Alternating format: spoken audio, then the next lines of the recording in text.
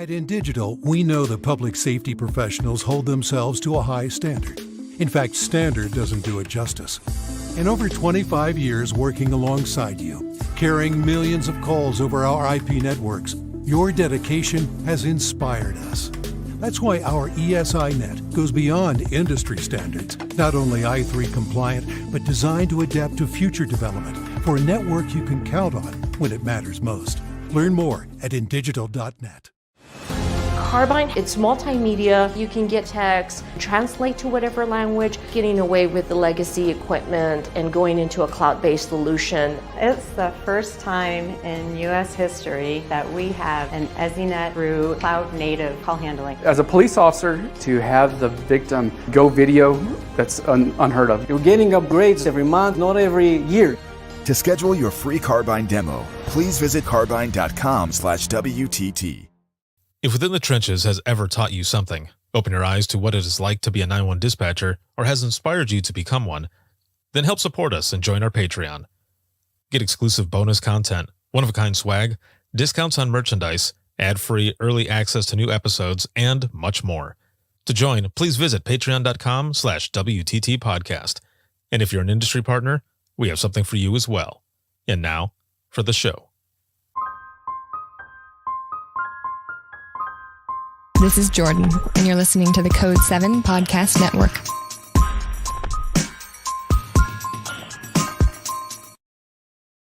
Warning. This episode contains the 3 A's of podcasting: adult content, adult language, and awesomeness. You've been warned.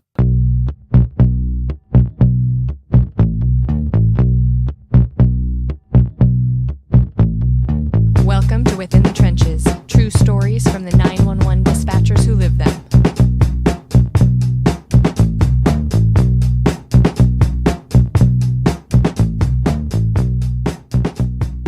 Hey, what's going on? This is Ricardo with the Code 7 Podcast Network, and this is going to be Within the Trenches, true stories from the 911 dispatchers who live them.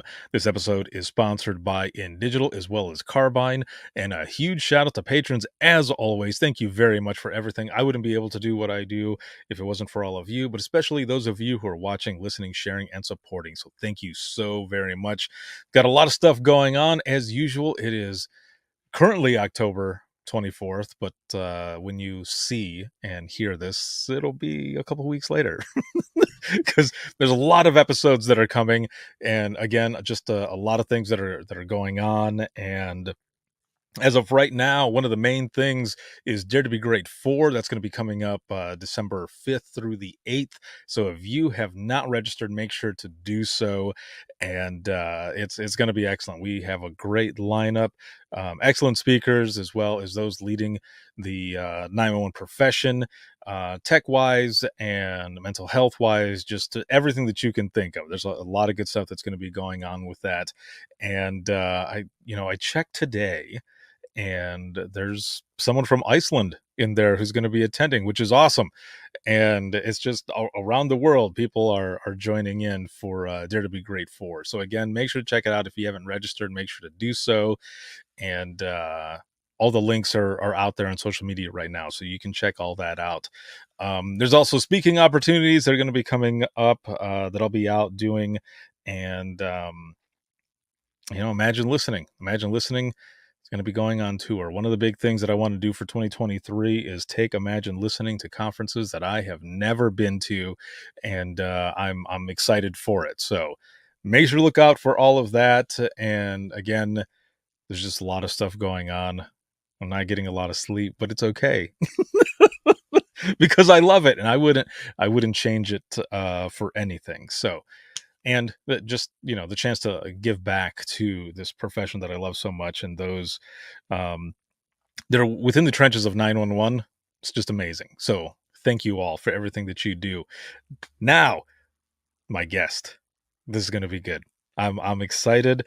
And my guest today is Casey, and she's a solutions consultant as well as former 911 dispatcher with Fairfax County out of Virginia. Yo. Hello, Ricardo. Thank you for having me on. Oh, I am excited, and it's about time. It's about time we're doing this, and Yeah, I I can't know. say What enough. episode will this be technically? I think this will be like episode 467 Oh, wow. or 468, one of those two. That's awesome. Yes. Oh, 468. I'm looking over here at my notes right now. So, yes, this will be 468. Woo! What an accomplishment. Dude, it is something else. When I started this, I had no idea. I didn't know what was going to happen. I was hoping, a few people would listen and just be like, "All right, yeah, we want to get in on this too." It's been going, and the 10-year anniversary is coming up this January. So January Oh, wow. 2023. Yes. So it is going to be good. And again, I'm excited to have you here and learn more about you, where you come from, how you got your start, but also, the transition to solutions consultant. There's a lot of people that are making that switch, going into the private sector of 911, but there is always kind of that fear, right? That Oh, fear of, am I making the right decision? right. Yeah.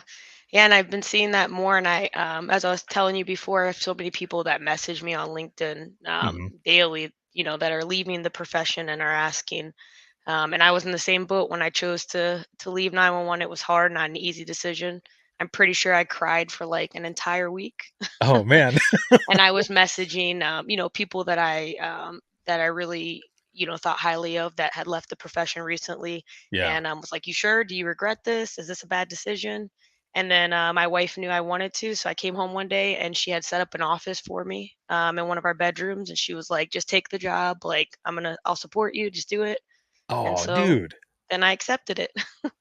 Oh man, that So is that is amazing right there, especially to have that support and everything going into it. And we will elaborate and get more into a deep dive with that here. But that is awesome to be able to come home and again have that support and just hear those words from your wife and just be like, all right, yeah, let's do this. she knows I can't make decisions, so she was like, "I'll help you make this a little bit." Right? A little nudge, a little Exactly. shove.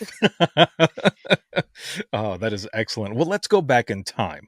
Let's jump into our DeLorean and go back to the future for how you got started to begin with. I mean, you've been doing this for about 11 years now, right? So how Yeah. did you get involved in public safety? Yeah, so now, thankfully, 911 dispatchers have a little bit more voice and people kind of see that profession. But when I started, I don't think anybody, thought, hey, when I get older, I want to be a 911 dispatcher. Yeah. That never even crossed my mind.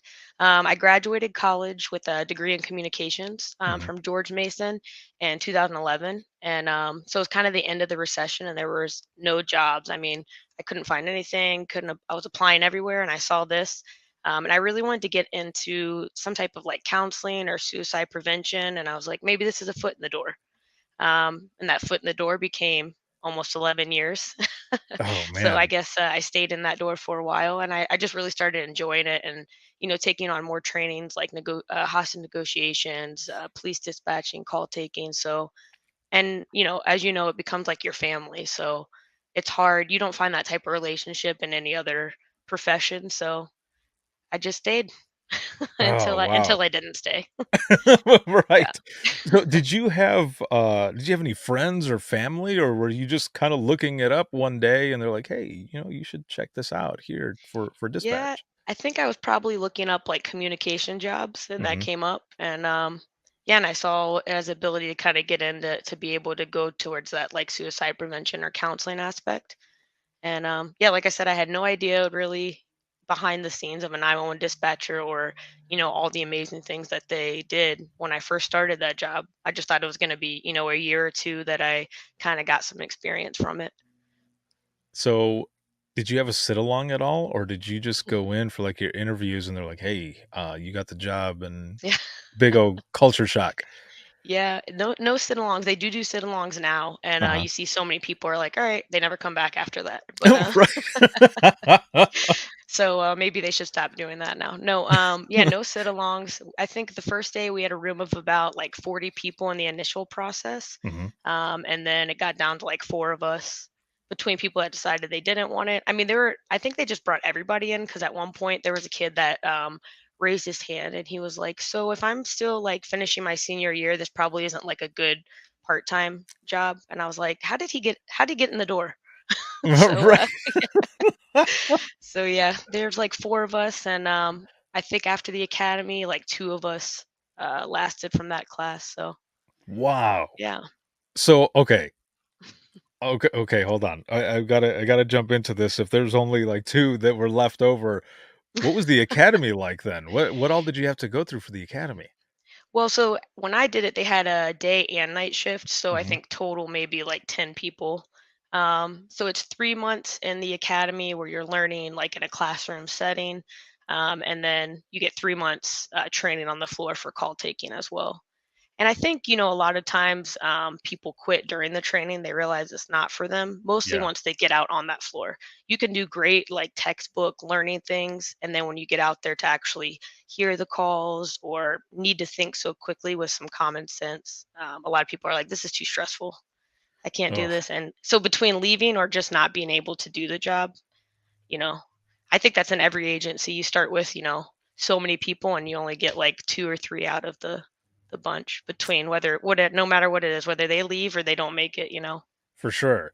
Yeah, and so and the reason I was asking some of that as well is because so the last center that I was at was actually the one that was in the county that I grew up in.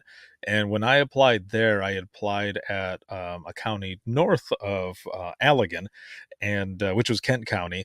And so it was going at the same time. I ended up going to do the testing and such for Kent County first, and they had about 30 or so of us in a room, and this is like right in the beginning before any training or anything, and they have us listening to radio traffic. Oh wow. And so we're all sitting there.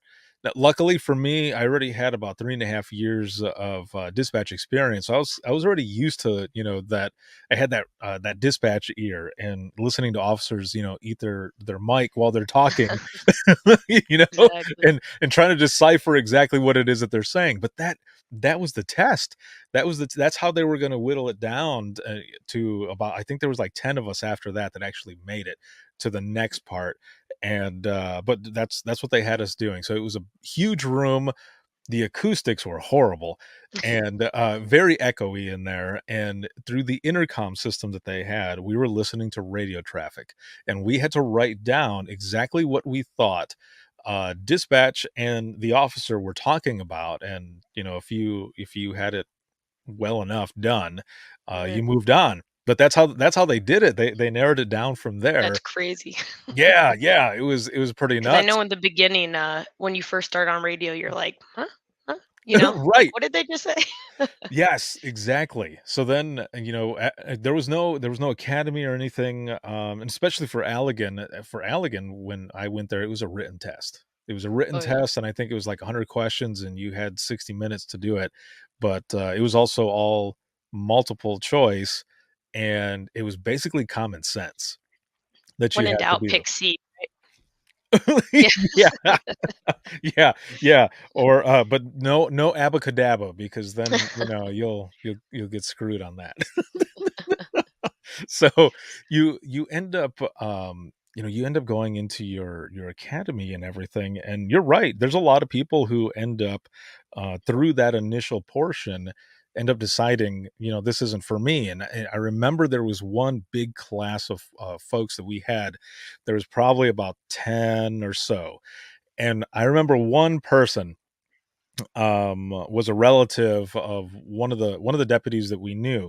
And because they had been around it so much, they felt like they were going to have it. And so for geography, memorization, all of the codes, all of that stuff, um for that type of training, they aced it. But as soon as they came out for phone calls, they were gone that day. Oh yeah. It was the one and only 911 call that they took.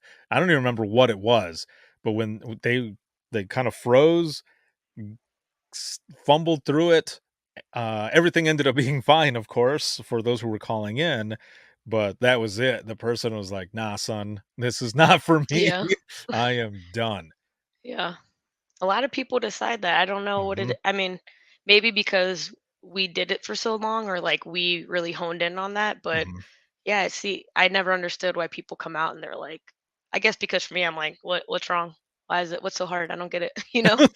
But that's Right. just maybe we just have that that horrible mindset where Like, it's that just could be. normal for us. Yeah. Right. Yeah. Yeah. It is. It is. It gets to that point, right, where there's certain things that you end up taking, especially when you talk to people later on who are not part of public safety, and they're sitting there with their jaw dropped, and you're just talking Oh and yeah. kind of chuckle, and they're like, "Why are you laughing?" Like, huh? Yep. Was I laughing?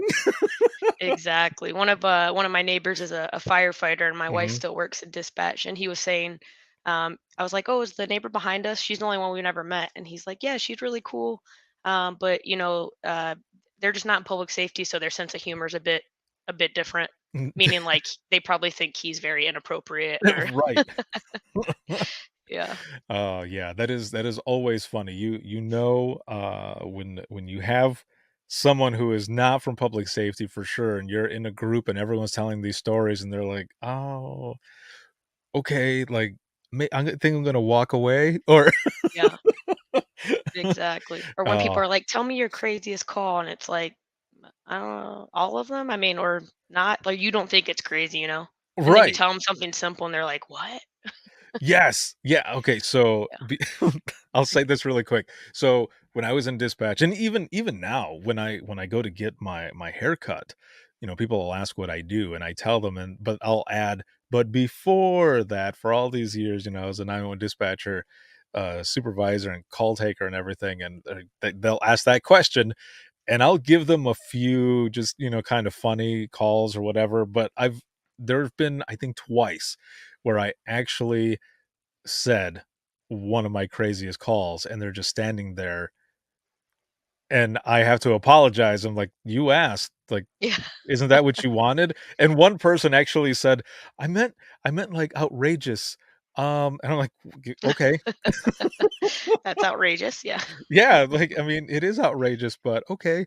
We will continue. Please don't, cut a chunk off of my head here because you're freaked out now. Oh, that was with your yeah, that was a bad idea. Oh, You don't right, wanna yes. Yeah, yeah, exactly, and, like, I try to wait sometimes till the end of the haircut, but, sometimes they hit you with it right away, and you just drop it down. They're like, "Oh, shit. Okay, that's what this is gonna be like today." Like, "Yes, it is." So for you, you've gone through, the academy and everything, and like you said, you were thinking in the beginning, I might do this for a couple of years and then, do some other stuff you're going through, but you stayed. So, my question, was there a point that you remember if, maybe it was a phone call or something with the training or something that happened where you just kind of felt like, "This is where I'm meant to be"? Because you ended up staying. You yeah. you had a view of what you felt might happen, right? Along with this job and everything, but you were there. It gets into your blood really fast. So, was there something that happened, phone call, incident, I don't know, anything like that that just made you really feel like, where I'm supposed to be? Right. Um, at first I think it was just like, "Okay, this is a job," but Mhm. you get all of those civil non-emergency calls that are like, ugh, another one. But then it's those one calls you get, like for me, it was the negotiations or the suicidal calls that Mm. really keep you like, okay, that's what I'm here to do, or those big like high priority, a pursuit Yeah, or something like that. And that's really what like gets your adrenaline up, and you're like, okay, I did something good today. So yeah, I think that's really what made me stay is like those important calls or being able to have that effect where you actually save someone's life by just talking to them. Um, so through all the bad stuff that you hear every day, or even the annoying, mental callers that are calling in just to talk to you, you yeah, have that one chance that every now and then that you get to talk to somebody and save their life. And I think that really, it, there's certain people that's what they need in life, and I'm one of those people. I need to do something that makes me feel like I'm right. helping someone. So yeah, I think that's why I stayed so long. I did enjoy it. So I feel that. Yes, there's those moments where, when I first started working in dispatch, I wasn't sure how it was gonna go, of course, I didn't know. I didn't have any background or anything. The only thing I had to go off of was one of my favorite shows that I had growing up, and that was Rescue 911 with William Shatner. So I was like, "Oh, it could be cool. It could be cool." But then, you really start getting into, a lot of these calls that come in, and, you have that maybe that first call that's one of the hardest ones right off the bat in the beginning, and it hits you like, "Damn, this is what this is really about." It's not just, Yeah. some of the funny stuff that comes in, or the medicals, or the just the mundane, revolving calls that you get all the time throughout the day. There is some serious shit when people call in, and calling in during, their worst nightmare, right? And Right. you are the person there who has to stay calm, send help, continue the conversation until somebody gets there, and Oh. then find a way afterwards to deal with that, and Hmm. and I started in 2001, and there was never a conversation of, you're going to have to learn how to really take care of yourself, because this stuff Right. is going to stick with you. And I don't know how it was for you, but it was really taboo when I first started out to, kind of talk about these calls. Yeah, that didn't really happen. I don't think until the last few years they've really focused on how dispatchers and call takers have that mental health aspect of Hmm. public safety, and they're starting to offer things like allowing them to be part of debriefing and of Yeah. big events, things like that. Yeah, when I first started, I mean, you take your little class or a few hours of that in the academy about mental health and all of that, but then it's kind of forgotten about. And then you just keep going. Somebody shoots themselves and you eat your breakfast, and then you get an accident call and you watch Netflix and talk to your friend, and Yeah. you just keep going on and you don't think about it. I don't think I processed any of that until a few, maybe like 2 or 3 months into the private sector. Hmm. I had kind of had like a breakdown and I like cried one night, but I wasn't thinking about anything in particular, but I think it was just a lot of like built up emotions that just like exited my body. It was very strange realization and of like my new life maybe. But yeah, I think we Yes. all hold so much in and we don't think it affects us at all. Yeah. There was a time when I had first left that I it hit as well. It hit hard, and it was a lot of stuff that I also didn't realize I had been bearing. But you're on the go, right? And you're just going, going, going, going. And when you finally get that moment to breathe, things start to catch up to you. So, like, for me, for example, um, I mean, I had a headset. I didn't always wear the headset, because a lot of times the one I was using, like, the plug was broken. So so I wouldn't always use it or anything, and so what I would end up doing is, I would just have my phone, right here on my shoulder, Yeah. and I'd be taking calls 12 hours a day. I'm sure And your so, neck feels great.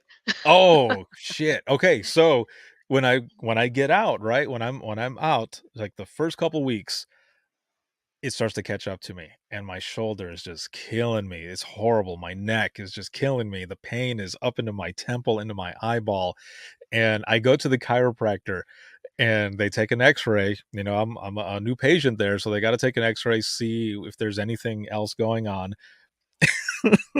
And the doctor calls me back, and he goes, I want you to look at this." And I was like, "Okay."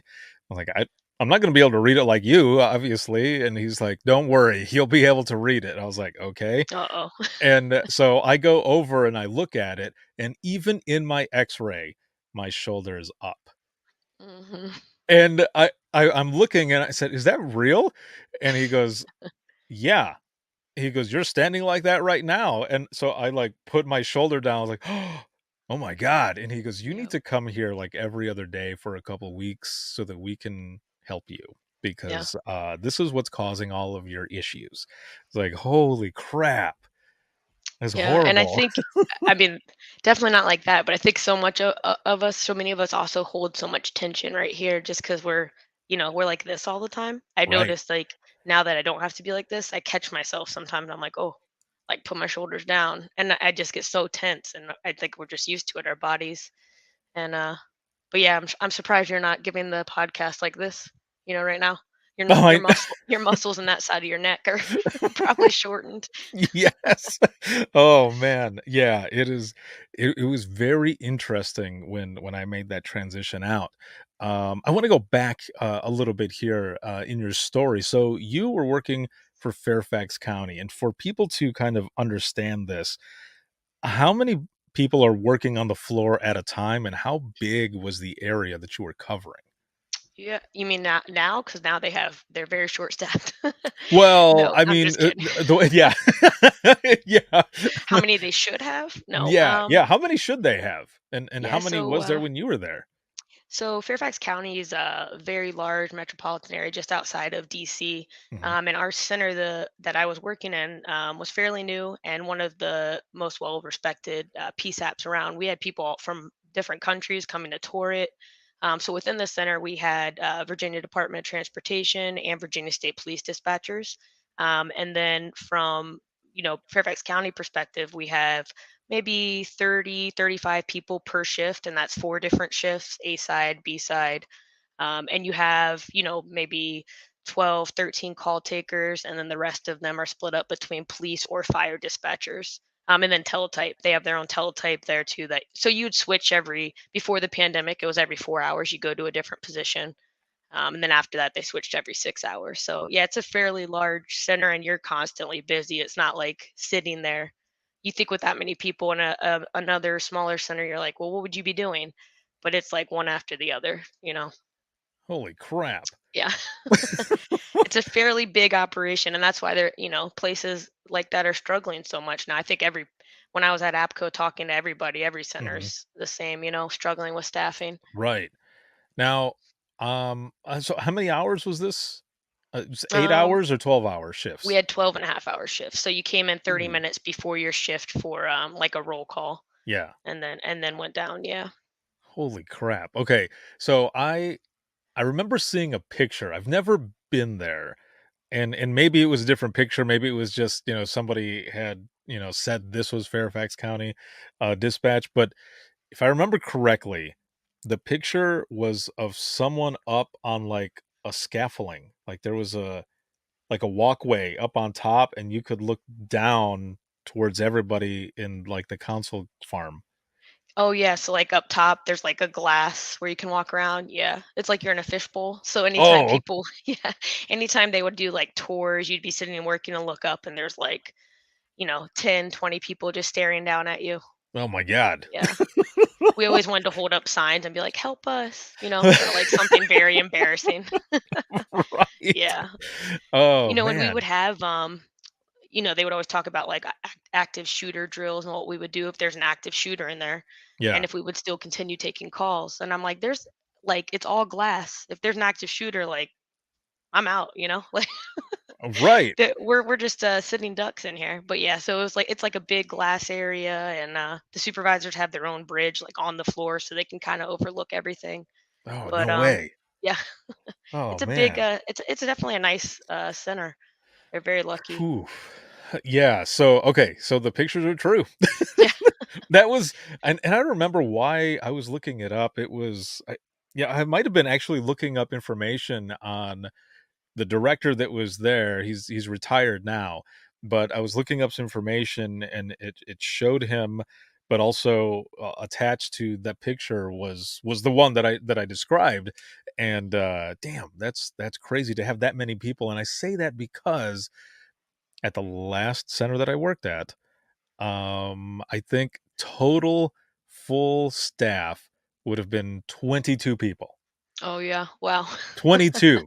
Yeah, and Yeah. and this is central dispatch for the county, and, we would work with 3 people minimum. Oh So, it's wow. 1 person on main phones, and then on the other side of the room would be 1 person for main radios, and then 1 person on backup phone and backup radio. They would cover backup phone and backup radio, but they would also Mhm. do all the NCIC work. So, and for those who are watching who are from the general public, the NCIC stuff like that, that part is where they would be running their warrants and license plates, like all of that good stuff. So, Yeah, that's how many we Yeah. had on at a time, and on the weekend, it was 4. If we had 5 consoles, the one up on top in front, that was for the supervisor, but no one ever sat there unless we had something big going on, whether it was they used to have this big, huge country music festival there. They don't anymore. They ended up moving it out. But when we would have that festival, or there would be like some crazy weather going on, then we would have 5 there. Sometimes we would call in other people, but otherwise, it was like that and nothing like what you were doing. Yeah. I mean, I have a lot of respect for those centers as well because, we would work with smaller centers that were within the county, the Mhm. city of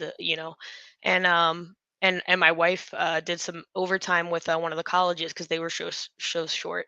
And when you have that little people, you're doing so much more. You're taking calls and dispatching and she would say like I had to go to the bathroom and what are you gonna do? There's nobody. You have to do everything. So Right. I mean, I think it's whether you're in a busy center or a smaller center, I mean, it could be the equal workload, of Yeah, having to that's for sure. multitask. Yeah, so when I very first started, I started out in Central Florida, and it was just me for 8 hours in this little police department, and, when it would go to hell, it would go to hell, and I remember because it was hard flooring, and the seat that I was in, the wheels were so good, like, I remember pushing off my console there to and this is so stupid now saying it out loud, but pushing off and spinning to turn around to face whatever I needed to grab a book and pushing and spinning back. Why I added the spin, I don't know. Just Maybe I was adding trying. a little glitter in there. Yeah. Right, yes, yeah, a little flair to if Yeah. anybody was there to throw up, "Oh, a 10," or, something. But it Have was to have a little always fun. yes, yeah, I had to have a Yeah. little fun while things are going to hell, because otherwise I'd probably be crying, man. Exactly. But it was a lot of fun, and it was really good. It was good to have that and then go to the bigger center because I did everything, working on main phones. It prepared me for that portion because Right. I was able to do it all. So it was really good to have that. Now, for you, um, do you remember any of your early calls or maybe even your first call? Do you remember any of those when you first started? I think my first call was actually an EDP, so a mental caller we had that used to call all the time. Mhm, And that was when I was working night shift. And it was one of my first calls where my trainer was still listening, but he wasn't, coaching me at all. So he was mhm. sitting farther away.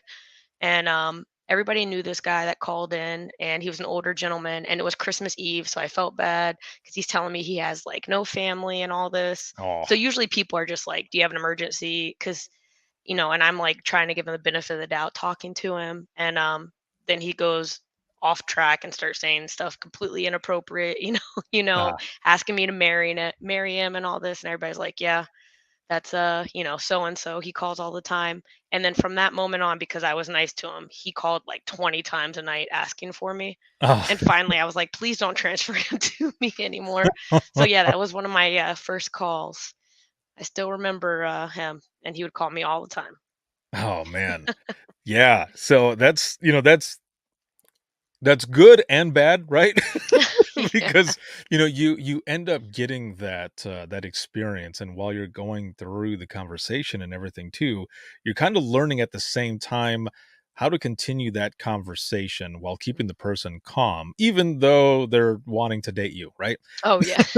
So, Exactly. and I say that because then you're able to apply that to other calls. You have someone who's Mhm. calling in who's suicidal, and a lot of people, um, who have done this job know there's a portion of that conversation that you have to continue going to kinda keep their mind off of what it is that they're wanting to do Of until help course. gets there, right?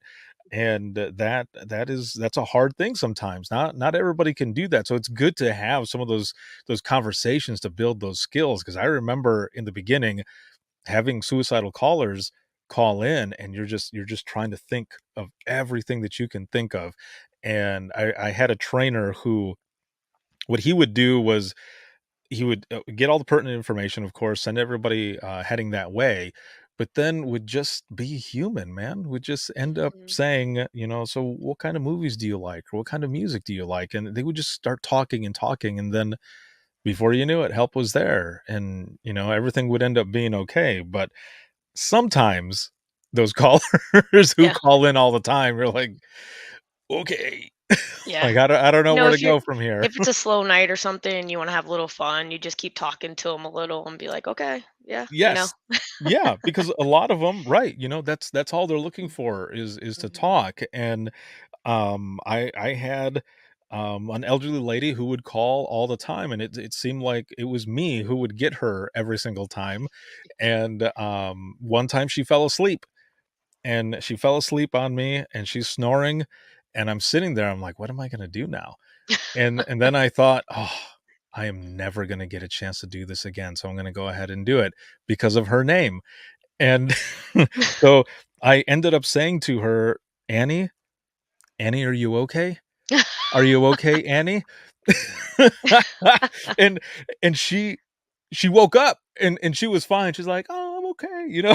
And but my coworkers are laughing so hard in the background, of Mhm. course, because they hear me say this, and I'm trying not to laugh myself, but I thought, "Damn it, I am never ever gonna get a chance Exactly. again to do something like this in this context and in real life, so I'm gonna do it." Yeah, and of course, you just like you said, you have those calls where you're doing that, or it's slow and it's a regular caller, and you're saying things out loud because your friends are around you, and it's Right. like and everybody's laughing, and because you have to have people that may not be in public safety don't understand, but you have to have like that little lightened attitude or a little bit of fun here and there Right. to keep you sane. Right, exactly. Otherwise, you're gonna sit there and you're gonna dwell on all the bullshit that can be 911, the horrific stuff, and Yeah. that's the stuff that ends up, sometimes getting people to the point where they're just simply burned out and they don't know how to get back. And that's a lot of the stuff that we're trying to battle, right? So, what about? Well, before I ask you this next question, so for all the stuff that you ended up doing while you were dispatching, what was your favorite? And what I mean by that is, like phone calls, whether it be phone calls or running radio traffic or, that extra portion of almost like being a detective where you're running different things and doing Mhm. searches so that you can help catch, the bad person that's out there, whatever they're doing, the suspect. Um, Mine, I would say was phones, but and I had a lot of good time on radios too, but I really dug the taking, phone calls, emergency phone calls. Yeah. Yeah, I mean, I definitely like the variety of everything. I liked Mhm. the emergency phone calls, being able, like I said before, doing negotiations or suicidal people.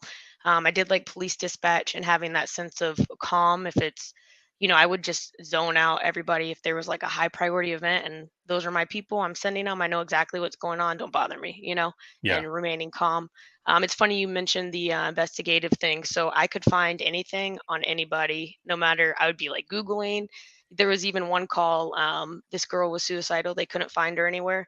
I found her Instagram and zoomed in the background, and there was a car with a license plate. So then we ran the license plate, and then we found the address, and we went there, and then I also like found that address listing online and saw a picture of the bathroom, and one of her pictures had the same like tile in the bathroom, and I was like, all right, it's here.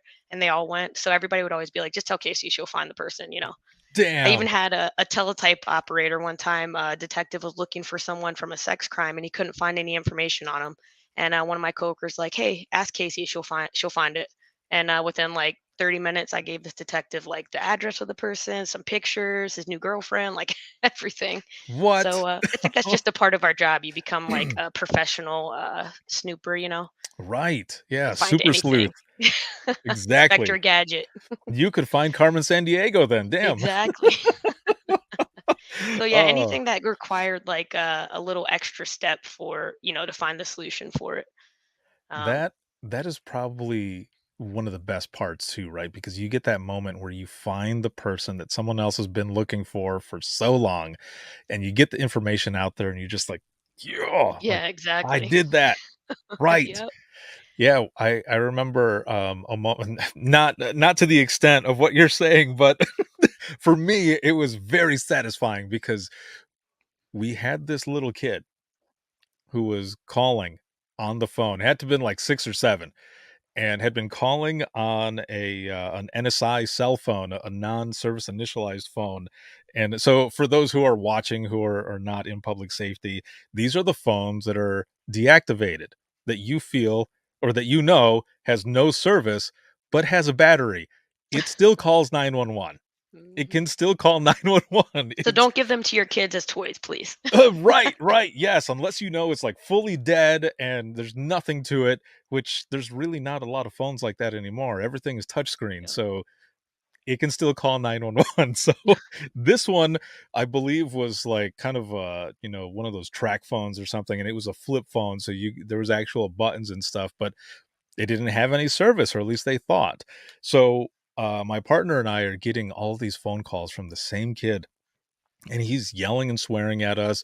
But then he starts going into some other stuff where he's saying, "Oh, we've got guns here and we're gonna shoot," or just like saying some crazy shit. I'm like, okay, now we're gonna find you. We're gonna Right. do whatever we can. And it took us about an hour or so, but we found where this kid was and sent an officer out there, and the officer keys up on the radio and he goes, "Central, I believe I'm at the right residence. I just pulled up. There was a kid looking outside the living room window, and as soon as we made eye contact, this kid ran away.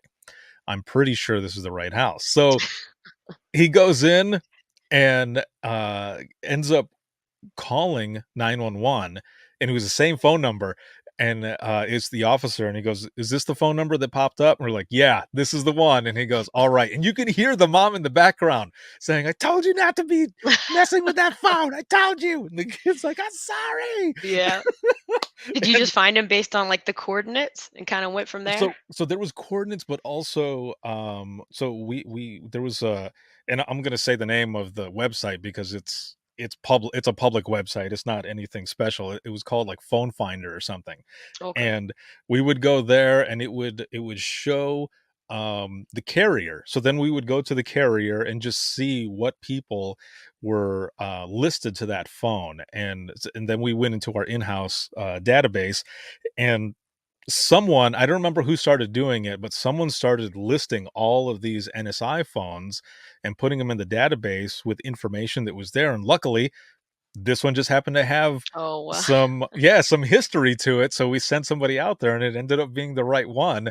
So the officer has the little kid get on the phone, and you can hear the mom saying, "You better apologize." And so the kid gets on the phone, and my partner and I are listening, and he's like, "I'm so sorry. I'm so sorry. I didn't mean to." We're like, "All right, well, thank you. Don't play on the phone anymore." But after, we get off the phone, we're like, high five. We're like, Yeah, "Yeah." Like we found gotcha. Yeah, yeah, we found that kid. But that shit happens, man. But the other thing too, though, that people don't understand, like, we're talking about the satisfaction and high-fiving and everything we found this kid, but the other thing too, though, is the fact that this kid could have been, like, for real. Like, the Mhm. the kid it could have been completely serious, that it sounds like the kid is playing on the phone saying that he's got a gun and all this other stuff, but that shit could be real. So you You always stay, have to right? take that as serious, right? Yes, you stay 100% on priority 1 with something like that until you find some other stuff out, Right. and, because it'll be that one moment, right, that someone doesn't take it seriously, and then bam, you're in the news Mhm. because of that. So, Exactly. it's crazy shit. So continuing on, in your career and stuff, and if and it's up to you if you feel comfortable sharing, but is there a call that that kind of sticks with you? Yeah, I would think 2 calls, and one, I always thought it was strange that it stuck with me Hmm. because, I've had calls where people um, have shot themselves on the phone with me or killed themselves. Because, there's definitely certain suicidal callers that call and they don't want help. They just want you to find them before their family does. Right. And for some reason, and you would think that would be much more traumatic.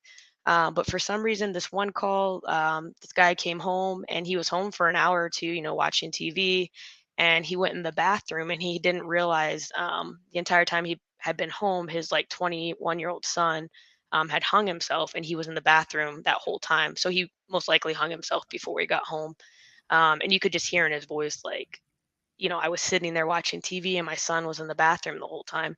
And at that point, before they had changed EMD instructions, we would ask them if they wanted to cut them down and attempt CPR. And I remember he said that he did, and he put the phone down, and it was dead silent. And then I just heard like a thump. It was Mm. obviously his son. And Right. I don't know why, like that, for some reason, as a traumatic call. For some, I it sticks in my head. I like remember that, and that was pretty early on in my career. Hmm. But in my head, I'm like, oh, that was so much less traumatic though than many other calls. So I don't know why that stuck with me for so long. I can only imagine that maybe it was that sound. Right. It was the sound and then putting it together of what the person was doing, because a lot of times we put that phone down, or we have people put the phone down.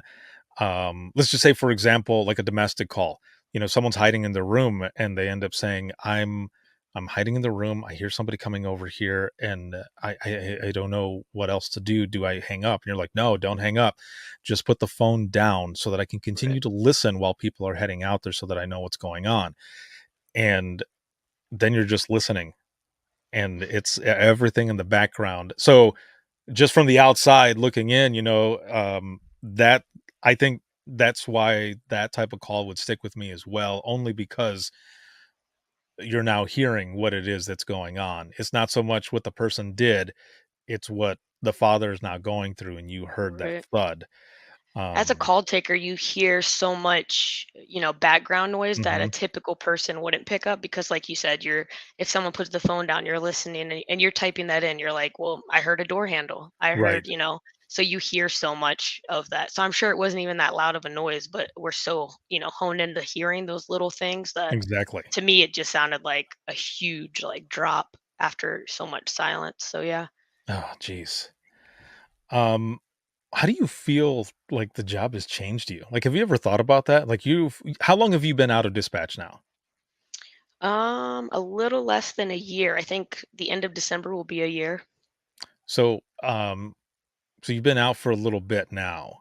Have you thought about that at all? Even maybe even when you were, in the middle of your career and stuff, like, damn, like this job has kind of changed me. And some ways good, some ways you're like, damn, like really? Yeah. But how do you feel like the job has changed you? I think the job definitely made me more annoyed with people, probably the bad side. No, Right. like you realize how many people don't have common sense. So you're like, Hmm. ugh. In like heavily trafficked areas, you just want to get home, and I'm like, ugh. But in the good ways, I definitely think that I'm a better communicator, or I can empathize with people, better listener, because of that. Just being able to, talk to somebody for an hour or two during a negotiation and have them say, I'm coming out, but only for you, and never having met you, only hearing your Right. voice. So knowing you have that power and communication, I think has made me be more confident, but it also leaves you feeling, I don't know if you felt this going into the private sector, but different than other people in the private sector, if that makes sense. Like, they don't carry what you carry or been through what you've been through. It's just that certain camaraderie that's in, public safety, I think. Right. Yeah, no, I feel the same way, because when I ended up leaving, there are a lot of folks that I worked with that don't come from public safety, but there was also a good chunk that did, and they kind of really brought us in and relied on a lot of our experience to kind of mold, some of what they were trying to push out. So for example, text for 911, they would come up to me and some of my coworkers and say, "How would you like to see this? Like, how do Right. you think this, would work?" So it was really cool to have that, but also to be able to talk to my coworkers to say, "This is what it was like while taking a phone call. This is Right. what I listened to. This is, all of this stuff." So it definitely it definitely helped, but you know, I still give directions and Yeah. phonetics the same way I did Oh, in dispatch, and those in the general public look at me like I'm freaking nuts. It's funny you say that because my boss recently, and I work for a company that's global, so Mhm. everywhere. It just so happens one of my bosses actually lives near me, and so we had met at a brewery and we're talking. He's like, "I've been meaning to ask you, like, what does direct mean?" And I'm like, "Huh?" And he's like, "Sometimes I email you and you just write back and you're like direct."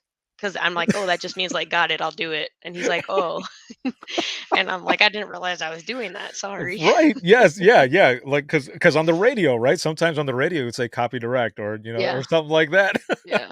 So I guess I like say direct a lot and I'm like, oh, just habit, sorry. Oh, that is funny. That is really funny. There, really quick here. I think about, some of the other folks that I've talked to. And so probably, it was probably 2 years before I ended up going on my own. Um, we had a professor with one of his classes come in from one of the local colleges, and they came into our building, and he wanted to show them around because they were all like software developers, and a lot of them wanted to get into like the public safety side of it. And I remember, because I was the communications director there, the bosses wanted me to take them around, give them a tour, and then when we got back to our training room, they wanted me to tell them who they are developing for and why, and what would happen if they screwed up on some of that coding. And I said, "Do you really want me to be real with them? They're probably gonna run out." And, they're like, "No, we want them to know exactly what they're getting into."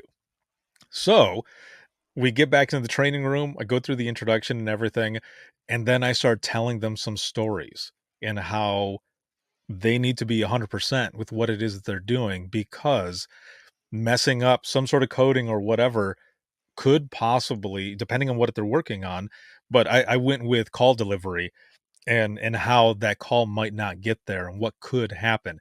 And I remember the professor is just Yeah. jaw dropped.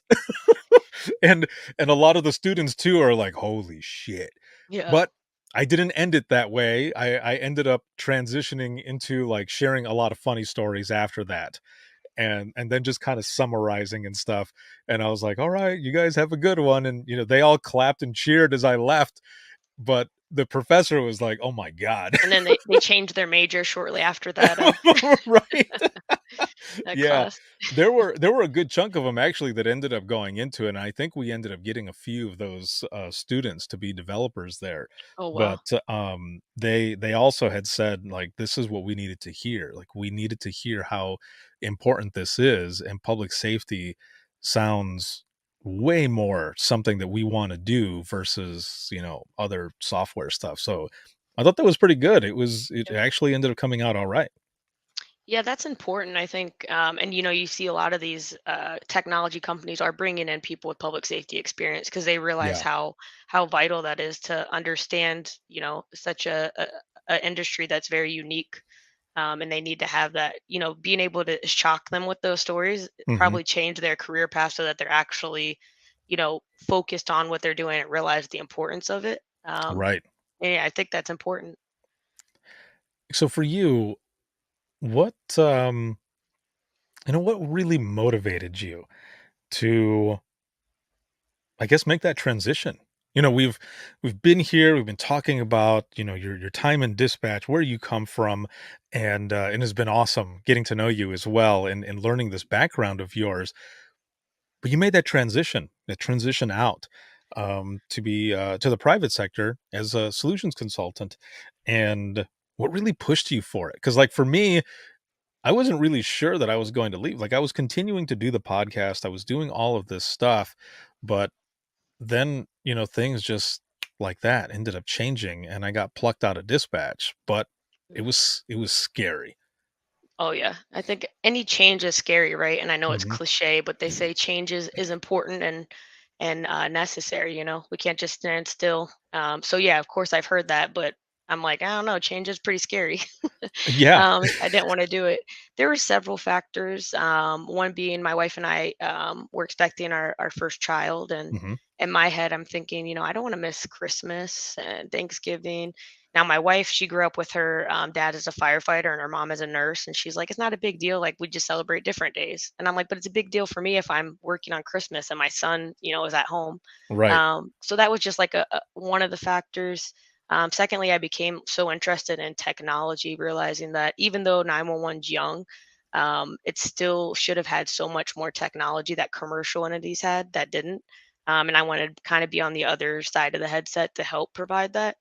And then I think the biggest motivator was just a change in the environment in our center. It become fairly toxic, and I tried really hard to kind of change some of those things, and a lot of us did, and warn them of, hey, this is the direction it's taking. We're losing people, and nobody listened, and then it got to where it got. So I think it was just choosing myself and deciding what I needed from my me to be happy and my family to be happy and just going for it. I figured if I didn't like it, I could go back into dispatch. So I just took the leap. So I love what you said there, and that is the big takeaway from this, at least from my perspective here, is you chose yourself. Mhm. That is powerful. And for others to listen and to hear that and to see that as well is huge, because I was in the same boat when I ended up leaving. It took me a couple weeks. Like the president of the company that I ended up working for, he he was ready to go, and I was like, ah, Yeah. like this is an amazing opportunity, but I don't know. Like for me, I felt like I was betraying my family, my Right. family in dispatch and those out in the field, and I didn't like that feeling. And then I thought, damn, well, what if I end up leaving and this is not what I thought it was going to be, and then I'm screwed. I try to go back, and yeah, they'll probably take me, but now I'm at the very bottom, and just everything will be screwed up. But it was the same way, as you, where finally came to the conclusion that everything that I was hoping to do, um with what I was doing with the podcast, and of course everything that's come along since then, that I was not just gonna I wasn't gonna be leaving the people that I loved there. I wasn't gonna be leaving my family. I could always go back and visit, but also what I was doing would hopefully not only help everyone there, but the profession as a whole. And I knew where I was going for myself, but I had to finally choose myself, because you all the time when you're flying, you put your oxygen mask on first before Right. you help others. But dispatch, notoriously, I mean, what is it that we do? We help everyone else first Put ourselves. Yep. before we yeah, before we And help usually we ourselves. don't even help ourselves, right?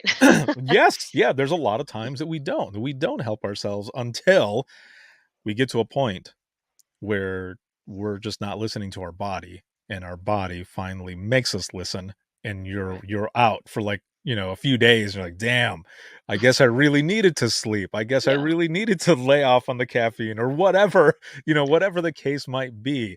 Just simply going for a walk. Maybe I needed to go for a walk. But it sometimes takes something catastrophic, right, for us to finally take care of ourselves or choose ourselves. So that's awesome to hear you say that the big thing was that you've had to choose yourself.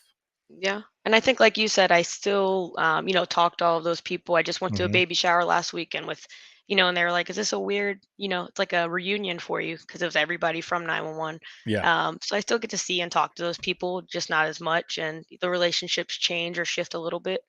But yeah, I think that's also one, like you said, one of the hardest parts of leaving is those people become your family. You're spending more holidays with them, and you go through your worst times. I mean, I started there as like a 20-year-old, and breakups with girlfriends, and then getting married and having a baby and buying a house, and those are your family that sees all those Yeah. those life steps for you. So How's it been since you left? like I said, the first it took a while, and my therapist. I think everybody should have a therapist. I'm not Hmm. too crazy. Anytime you're like my therapist, people are like, "Oh, she's a little crazy." Um, she told me going to the private sector. She said you're gonna feel very antsy for like a long time, Yeah. And she's like, you're gonna feel like you're not doing enough because of that constant like cortisol levels and your adrenaline going all the time. And I was like, yeah, yeah, whatever. But then it did happen. I was always like feeling like I wasn't doing enough. If there was downtime, I'm like, I'm gonna get fired. I'm not doing anything. I'm not working. And so I reached out to one of the supervisors, Drew, and he said, because he had recently gone into the private sector, and he's like, yeah, he's like, it takes your body a long time to realize, like, okay, you're done. Like that's what you did, and you're done, and not that go go go mentality. And I think, almost a year in, I just now got to a point where I'm like comfortable. If it's a little bit slow, I'm like, I'm gonna go make myself coffee. Or before I like had to stay in my office, I never left. I'm like, doing anything I can. And your stress levels are so much different than like the general like private sector population, I think. So, if we do have a couple busy days and things are coming in, I'm just like, oh, done, done, done, getting things knocked out. And I feel like everybody else is like, it's crumbling. But we're so used to so Right. much worse. It's like, I'm like, what's so stressful? I don't understand. Yeah. Yeah, I haven't looked back, and it's been amazing. My boss is great. The company's great. And I've made some, connections or a new work family. Of course, it's remote, so it's a bit different, and it's not those connections you have in public safety. But I haven't regretted it once. People always ask me that. They're like, "Do you want to come back?" I'm like, I miss the job sometimes, Right. Yes. That, but no, I love it. I don't know why I didn't do it sooner. Why I was so scared. So Yeah, then it's a different treatment for sure. what all are you doing now? You've made that transition, you're about a year out and everything. So what are you doing now as a solutions consultant? Is this more like tech for 911, or what are some of the aspects of your new job and career that you're doing? Yeah, so we do. I knew I wanted to stay with public safety, so I was really looking at companies that focused on public safety technology.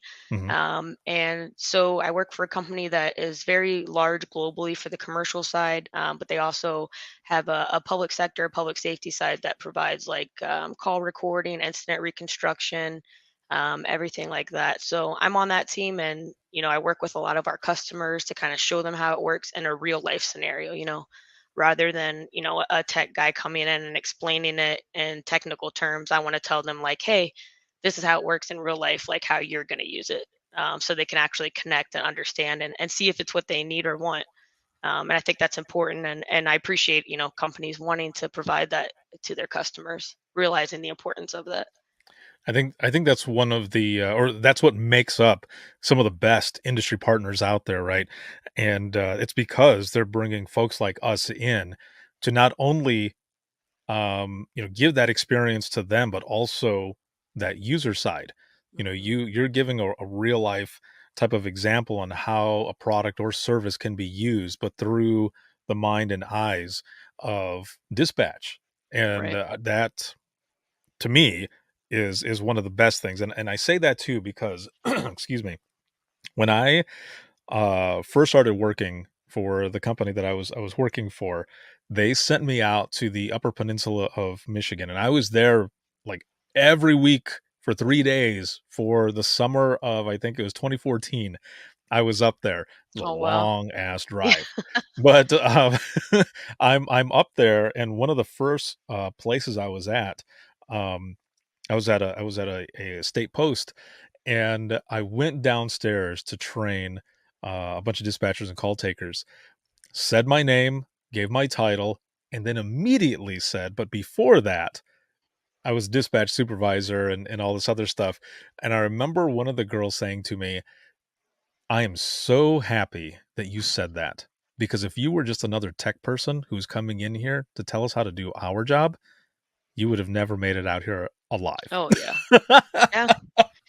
I just went like, no, I come from where you come from. And luckily also that specific state post that I was at, their post did some of the dispatching for one of our posts. And so we knew the same troopers and stuff. Oh, So it helped so much better being to able be to able to relate. do Yeah. that. Yes, yeah, yeah. Yeah, it was a lot better. Yeah, and Um that's what when my boss hired me, mhm. I was like, I don't have technical experience. I'm interested in the industry, which is why I was looking in this. Hmm. And he said, I can take someone with experience in public safety and teach them technology, but I can't take someone that knows technology and teach them public safety. And Perfect. so he took a chance on me, and yeah, I've learned so many, new skills sets, and I'm definitely appreciative for that opportunity. But yeah, it's important to have people like us out in the private sector to push those things forward. Hell yes. So, as we go into the wrap up of this episode, which has been awesome to have you on here and chat and get to know you and hear your stories and everything, we've got a couple questions here. And the first one is for anyone who might be in that spot that you and I were, where we're at the end and we're trying to figure out that scary leap, right? What is some advice that you have for them? I would say don't second guess yourself, right? So you got to this position for a reason, Hmm. meaning that position of crossroads, which way you're going to go. And that's not something to take lightly. If you're thinking, about that, then it's most likely time for some type of change, whether that's going for a different position, a supervisory position. Maybe you're not challenged enough, or maybe it is finding a different career in the private sector. So I think, don't second guess yourself and be confident that you know what's best for you. Um, and change is scary, but I think there's many of us that are proof that it's necessary and that it ends up working out for the better. Excellent. Now, if you could go back in time with the knowledge that you have now to speak to yourself in the beginning, what would you tell yourself? Like, what advice would you give yourself? Well, I mean, I definitely enjoyed the rule that you should always have a little bit of fun at work. So I Hmm. always did that, but I would tell myself to take more chances and maybe go for a few more things, but also put myself first a little bit more within that. I think, like I said before, that public safety and dispatching is just now really focused on mental health and the wellness of dispatchers. So in the beginning, I would probably tell myself, like, you're not holding all this in. It is affecting you, because we think that it doesn't. Right. And I'd also say, hold out for a little bit because I met my wife there, so I need to stay there a little bit until I met her. Very nice. That is excellent. It has been awesome, Casey, to have you on here and learn Well, about thank your you. story and also your transition out and everything else. And I have no doubt that everything that you have shared will help those who are listening and, might be struggling with that thought as well. Like, should I go? Should I stay? What should I do? Just all of it. Yeah. So thank you so There's very so much many for of us being out on. there, willing to talk to you and help you decide how that transition will work. And thank you for what you do too, creating this community for so many of us to connect and talk and share our feelings in a space that's safe and relatable. I So appreciate it so much. Thank you. Um, I'll be right back here with you in just one moment. And for those who are watching and listening, if you have any comments or questions, you can email us, and that's going to be wttpodcast@gmail.com. Once again, that is wttpodcast@gmail.com.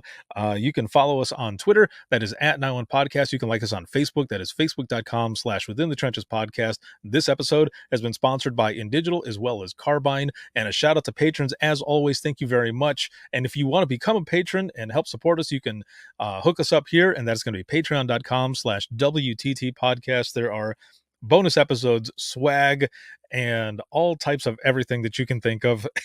I haven't done one in a while. However, I also do a version of carpool karaoke, but it's just myself, and it's called Singing Badly in My Car. I've got all the cameras, do all the angles, do all that other funny stuff too. There's a bunch of them out there and hilarious. But if you want to catch those, again, it's patreon.com/WTT podcast. This can be seen on YouTube, Twitter, as well as Facebook and LinkedIn. And then you can listen 24/7 on Apple Podcasts, iHeartRadio, Spotify, your favorite podcasting app, and withinthetrenches.net. Have a good one, everyone, and we'll see you in the next one.